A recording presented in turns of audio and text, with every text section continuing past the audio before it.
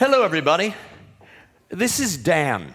I asked Dan to do a very specific thing for me, and what I've asked Dan to do, it's hard to do.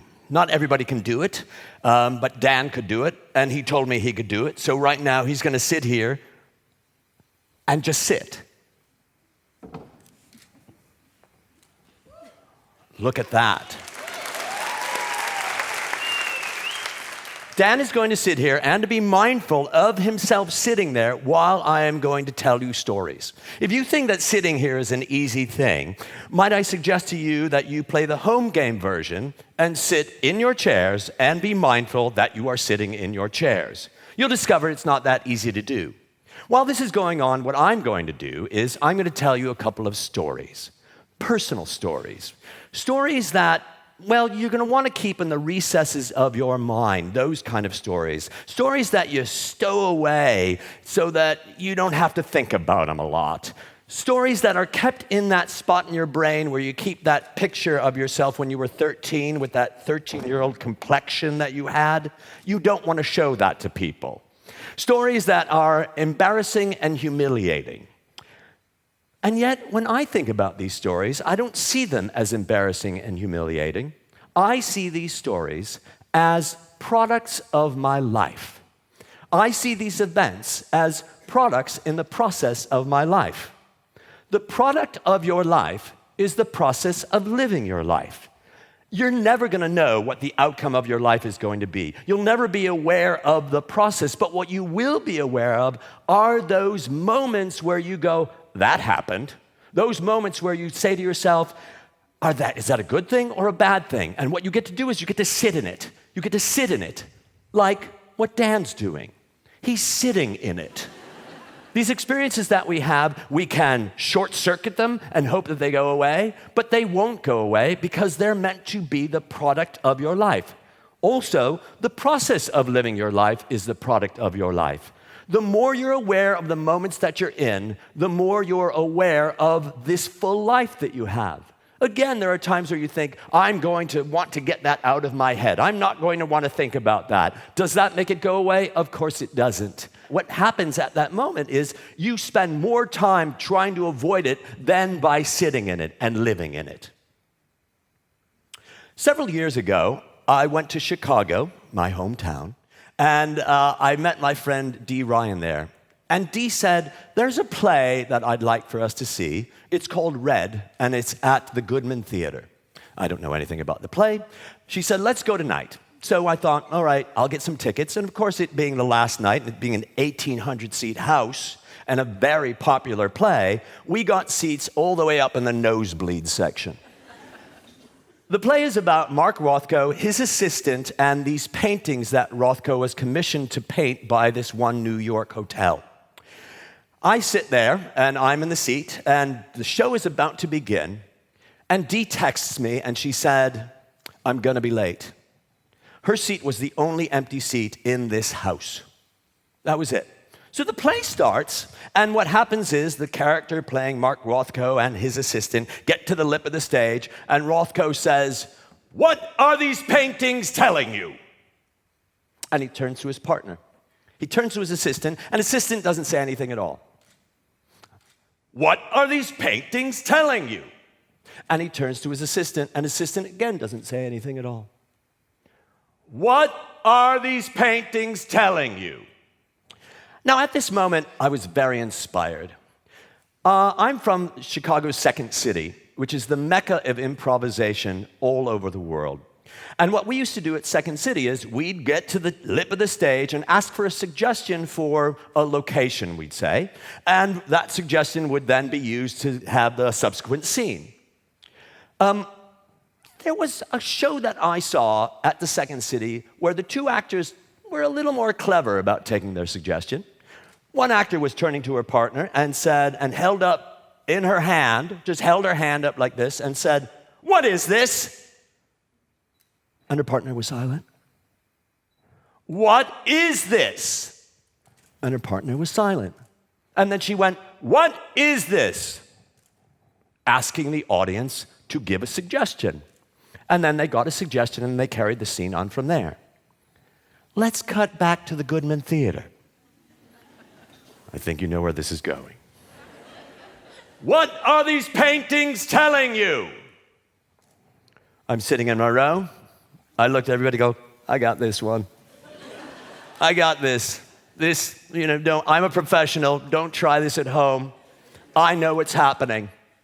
And with a basso profundo voice, with my stentorian tones, I am trained after all, I shouted at the top of my lungs, I want to be here! The two actors on stage stopped. 1,799 heads turned towards me. Empty space where D was.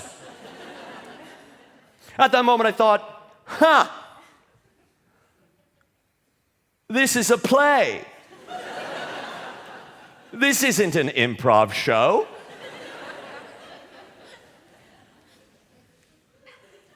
I thought, well, what do I do now?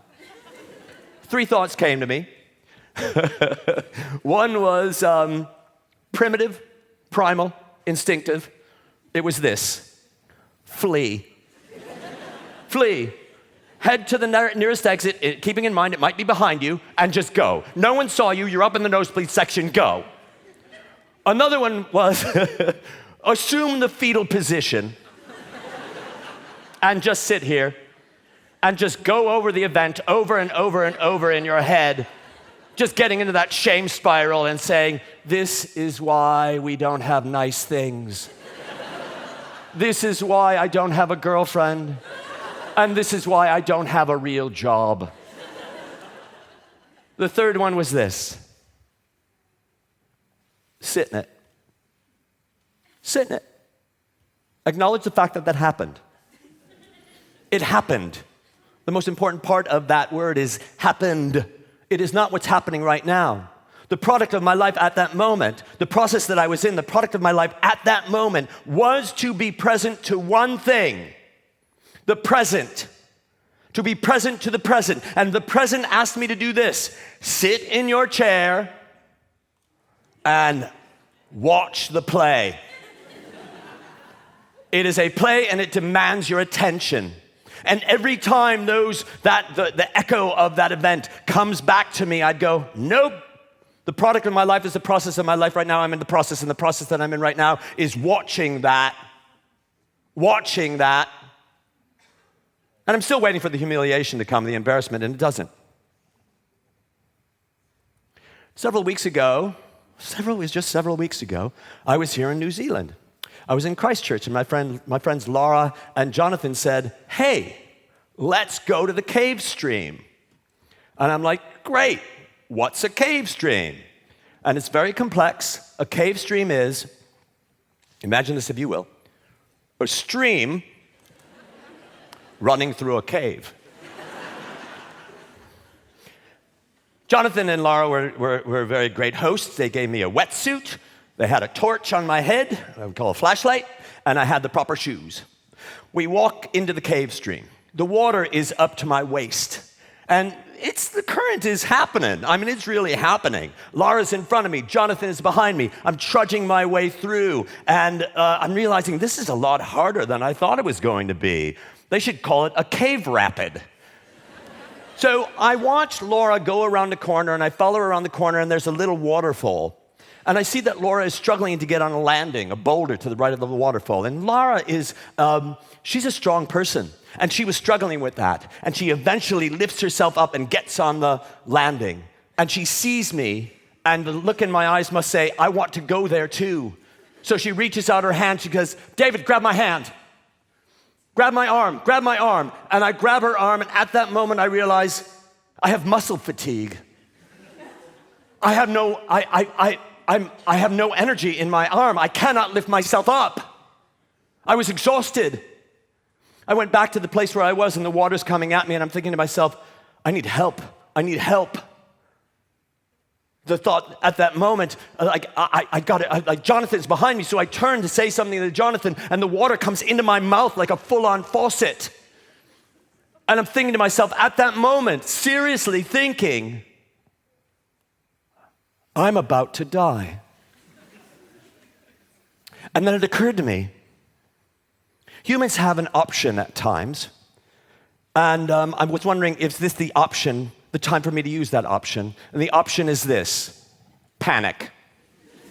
To pull the panic card. To cut through the process that is my life and just jump right through. To short circuit everything else in order for me to get to that one spot in that moment of panic. And that moment right there.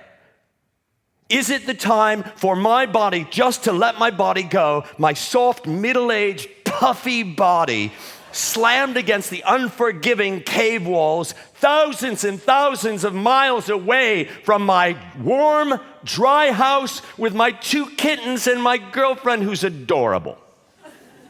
Is it, to misquote MC Hammer, panic time? No. No. My Second City training pulled through. What I realized in that moment was what every improviser knows and everybody who is present to the present knows.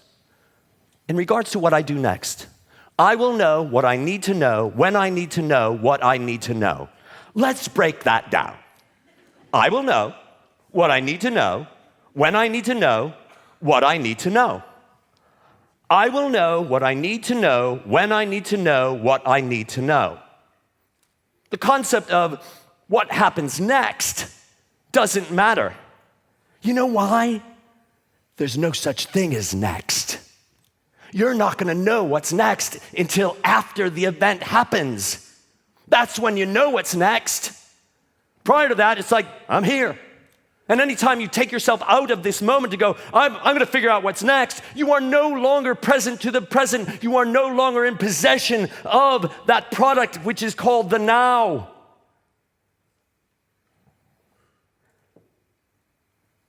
I had to feel the feelings in that moment. Right there, I had to sit where I was. Just stay there. And I felt Jonathan coming behind me, and he comes up and he lifts me up with his shoulder, and he brings me over to the landing, and Laura grabs me in that moment, and I'm standing there and I'm thinking, feel the feelings you're feeling the moment you feel these feelings. Feel this feeling right now. Be aware of this product that you have. Sit in it. Feel that feeling. I'll break that down for you. Feel the feelings you're feeling the moment you feel the feelings. Feel the feelings you're feeling the moment you feel those feelings. It's a practice. It's a new gift. As my girlfriend Laura Parker says, anyone can be present when the present is pleasant.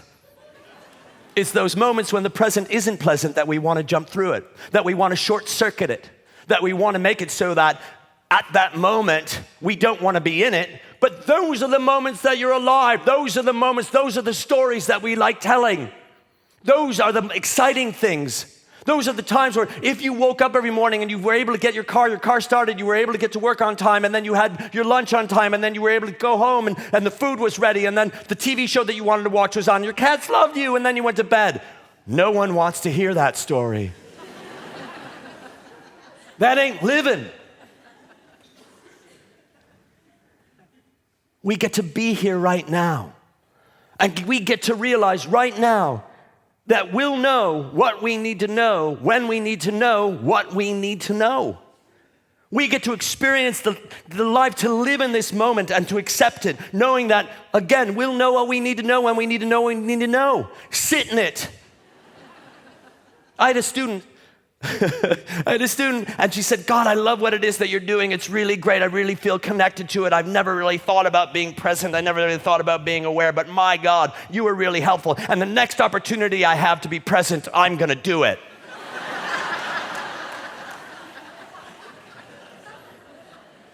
You laugh.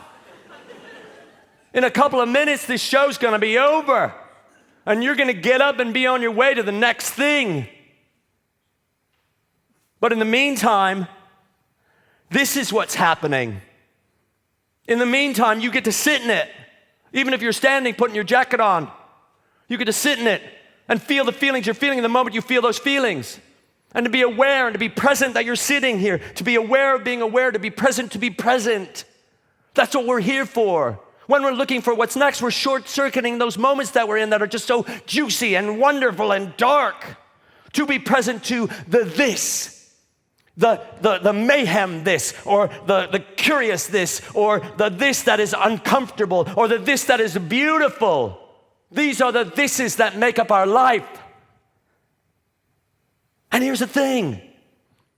This isn't a tonight lesson, folks. This isn't, what an interesting thing. We saw this American get up there and rage at us. This isn't a tonight lesson. This is a life lesson.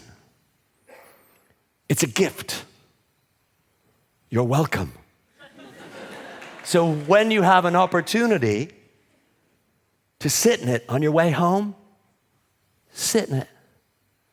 When you're offered an opportunity that you're at the elevator and you're pushing the button and the elevator, it's gonna be there or it's not gonna be there. Stand in it. Be there. I'm doing it right now. Thank you.